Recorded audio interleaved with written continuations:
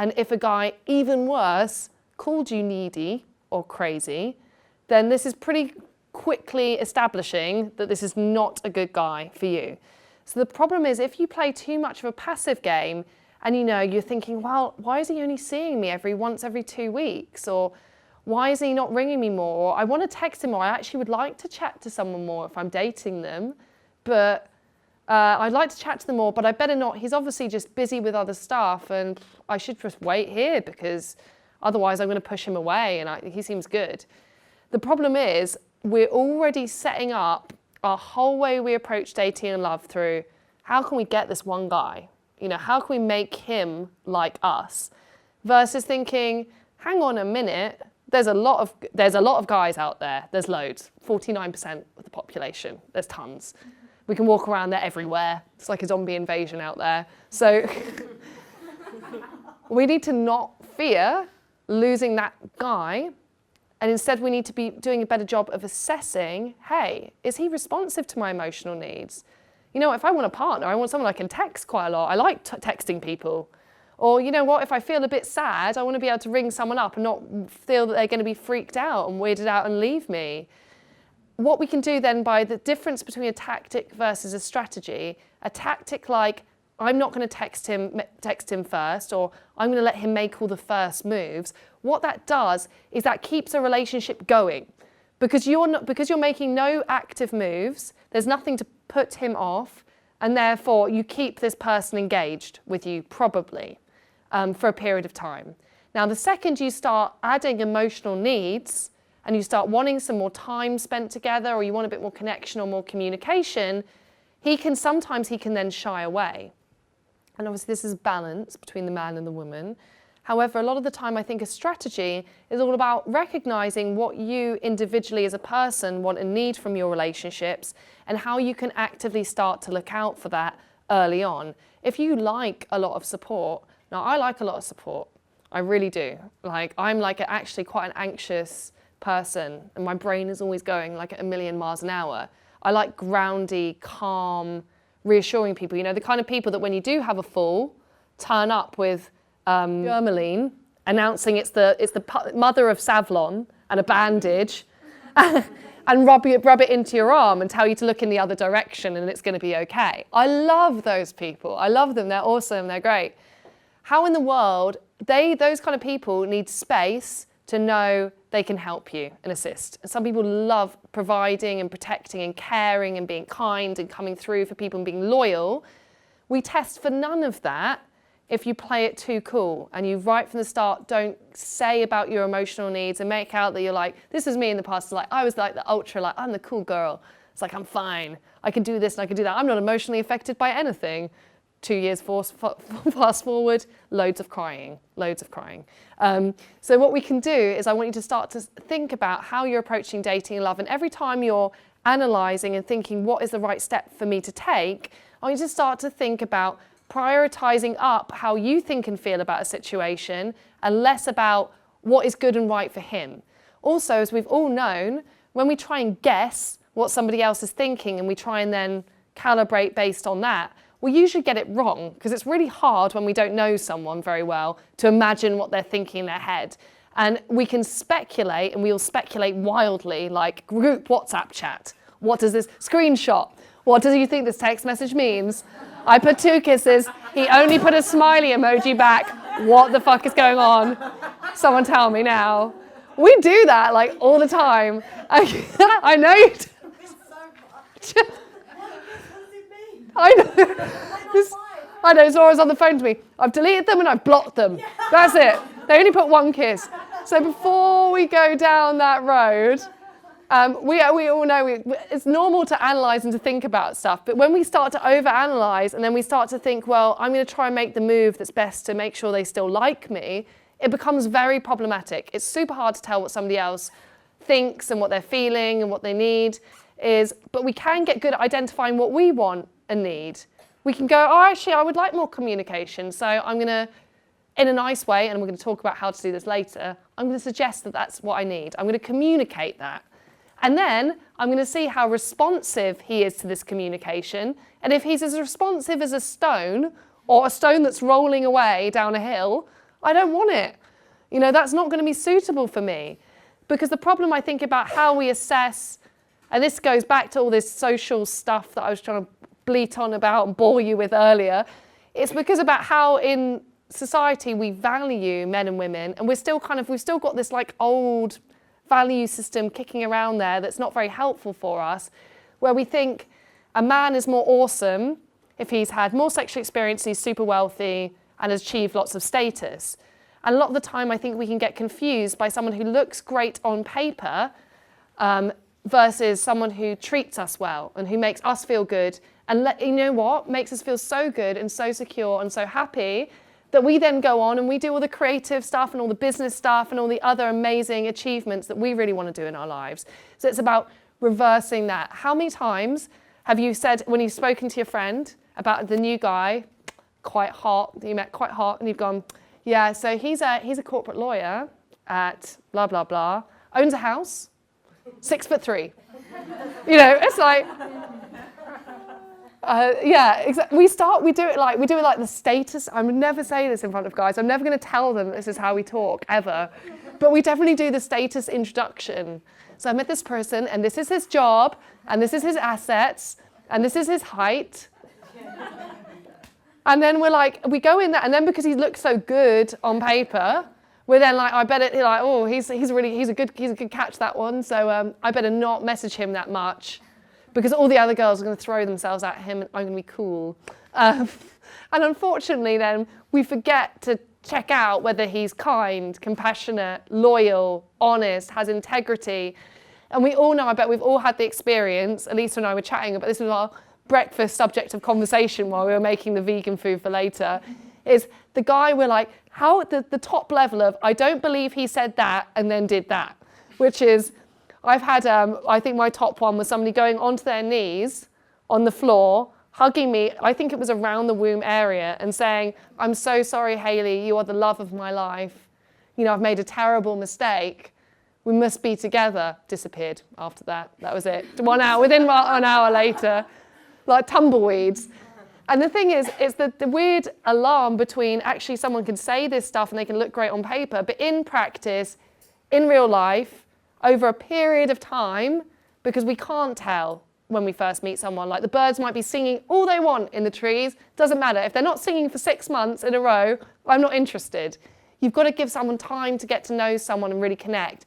So it's about us as women taking responsibility, thinking about what our values are, and actually changing how we approach dating love away from what tactic can I use to keep this awesome high status guy interested in me versus what is going to be really amazing. What do I want? What do I need? What do I feel? How do I express those needs? And through doing so, attract partners, romantic, social, business into my life that then allow me to get on with the rest of your life, because the rest of your life is going to be powered by those stable, supportive, loving relationships that you have around you. And I'm the last dating coach in the world to say that your identity in your life is make or break based on what men are in it. I want you to be in a space where you feel so happy with your dating life, whether that's, I've got loads of dates with like awesome guys and we're going out and doing this really fun stuff and they're sexy and they're fun, or they're cool, or they're interesting, or I've got the most loving, supportive, caring husband and we've been together for however many years. Whatever happiness looks like and success looks like to you on an individual level, I want us to work towards that and let that be the grounding for you then to do the artistic, creative, professional, business, spiritual, other work that you have to do in this world. And it's about reprioritizing men in the big ecosystem of your lives, rather than your relationship to them being the top high point of achievement. And I think a lot of dating advice as it stands, drat you ever Mark Hatz, suggests that actually it's all about getting, not being put in the wife box, or it's all about, a man approving of you. And instead we want to reorientate your whole life.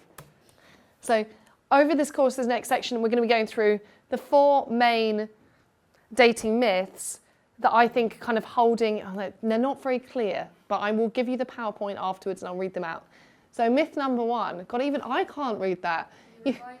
You're relying on luck. Thank you. My contact lenses are fine today, but I'm obviously struggling. You're relying on luck. So problem number 1 that I want to address with you today is relying on luck to meet people. And this goes back to this passivity thing. And sometimes not doing anything, not taking action is good. But I think for most things, if you want to achieve something, we have to invest a bit of time and thought and energy and process into doing it. Problem with myth number one is because thanks mum, when he's the right one, he'll find you. You know, you just need to be in the right space at the right time. You haven't met the right one yet. Okay, great, but when? You know, when you're starting to think, I will be dead by the time this happens. He'll probably trip over my gravestone or something like that. So it's about taking the luck out of it and actually taking actions on a day-to-day basis that allow you to meet way more men. Because as we've established, as we all really know way too well, finding someone that you are physically attracted to, someone that you are, well, I mean, that's really difficult anyway, so that eliminates everyone. Really physically attracted to, not an evil narcissist overlord, emotionally open, like, you know, and you have it right, and who is in the right time and space in their lives to give you the level of commitment that is compatible to yours.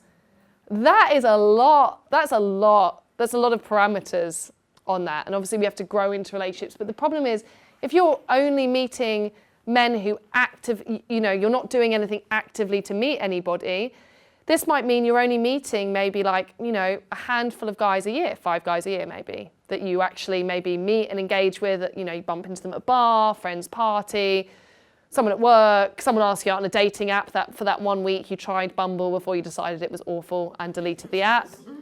So the problem is, if you're only meeting, say, 5 guys a year, and we've got all these awesome requirements for someone, of course we have to look at our requirements, but it also means that we're not meeting a big enough pool of people. So what I want to teach you today is some ideas about how you can meet tons more guys. And I love this because I think when it comes to this area of your life, I like to think about it as processes versus goals. I think when I hear things, and I totally get how people can get into this frame of mind, don't judge it, but when you say, by this time next year, I'm going to be engaged. You know, I'm definitely going to have a boyfriend by my next birthday. That's great, but that's very stressful as a way to approach something. Instead, it's going to be so much better while we can all get on board with success is, again, taking daily steps to start to shake stuff up. Online dating, to give a business analogy, that's like passive income. It's like you can go on the app. There's definitely, if you want to be reassured that there are men in the world and there are people that want to date you, they are there. They are there. There's a portal to them. However, as we know, online dating has some problems. Its benefit is in its randomization, because you do get to meet lots of people that you wouldn't meet in everyday life. However, this means it's not very well targeted. It's very hard to tell if you've got that level of connection with someone. And also, quite frankly, because you've just seen each other's pictures, people don't usually feel very inspired or motivated. So you get a lot of people cancelling, rearranging. You don't turn up to the date probably with any enthusiasm whatsoever. So some people do go into long-term relationships through online dating. It's a myth that apps are just for people who want to hook up, or that it's just ruined commitment for women, or any of the other like weird things people say. That's not true. But there's just some problems with it that don't make it so effective. If, however, you're meeting people through real life, I think it makes you feel better about yourself. Not everyone has to be a romantic connection. Sometimes you might want to meet some of your social connections and move into different circles. And I think as we go on, those natural opportunities that we had for building out different social connections that we had early in our careers or at university are not so apparent. So we have to kind of recreate some structures. So number one thing, to get you to meet more people. Number two thing, which is what I spent a lot of time talking about in the previous section, is that we believe that there are rules, or the dating rules that we have to abide to, otherwise we will be judged. We'll be judged as, not a good woman, or, we'll put him off. Now, I would always suggest, I'm going to go into a difficult subject here, but I'm going to give you the most obvious example of this that I know. One-night stands, or having sex early on in the dating process. Let's just say that.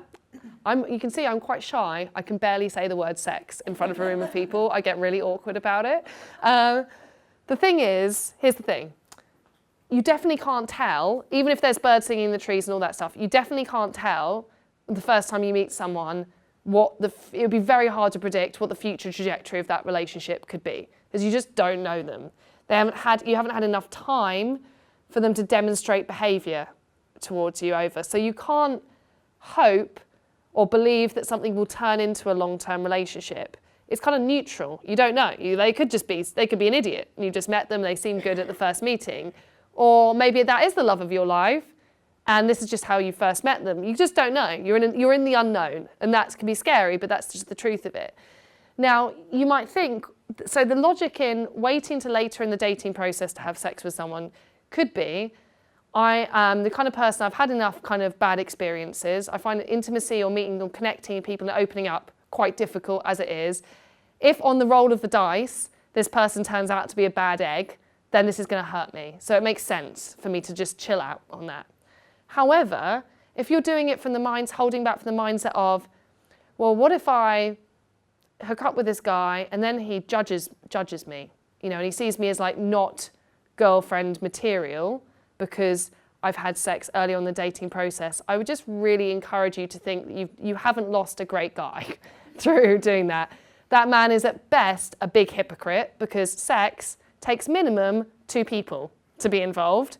So if he's there saying that you're not worthwhile or that you've given it away too easily, then he can go back and live in a cave. He's probably hasn't got the intelligence level to be your partner.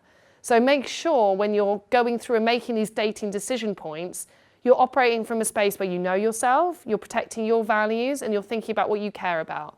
I'm not here to preach that you should have sex on day 1 or when you're married. That's all up to you. Everyone has very different personal beliefs around that, and that's fine. But I just don't want you to not take an action for fear that someone might judge you negatively on it and you'll lose someone amazing. Because anyone that judges you very harshly on something like that, you haven't lost anything. But that's a good example of how we could be abiding by rules for the wrong reasons. And I want today to be about you getting back in touch with what are the right reasons for you to do things. Myth 3. Oh, that's the kind of same thing. You're not meeting enough men. Covered that. Myth 4. There probably shouldn't be 3 myths. Your selection process is off. So if you can imagine, we're entering dating, and because first of all, you believe that, and I believe this for sure, that there is a preordained mystical person who would one day find you.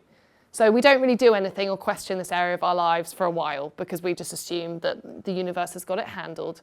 When you do engage with people, you don't perhaps engage with them in a way that most authentically demonstrates your value system and how you want to communicate, because instead you're trying to play by these dating rules, which you're unclear what they are. But you're thinking about what he thinks of you, and you're thinking what they will think of you. And instead of this, you're not actually thinking about you.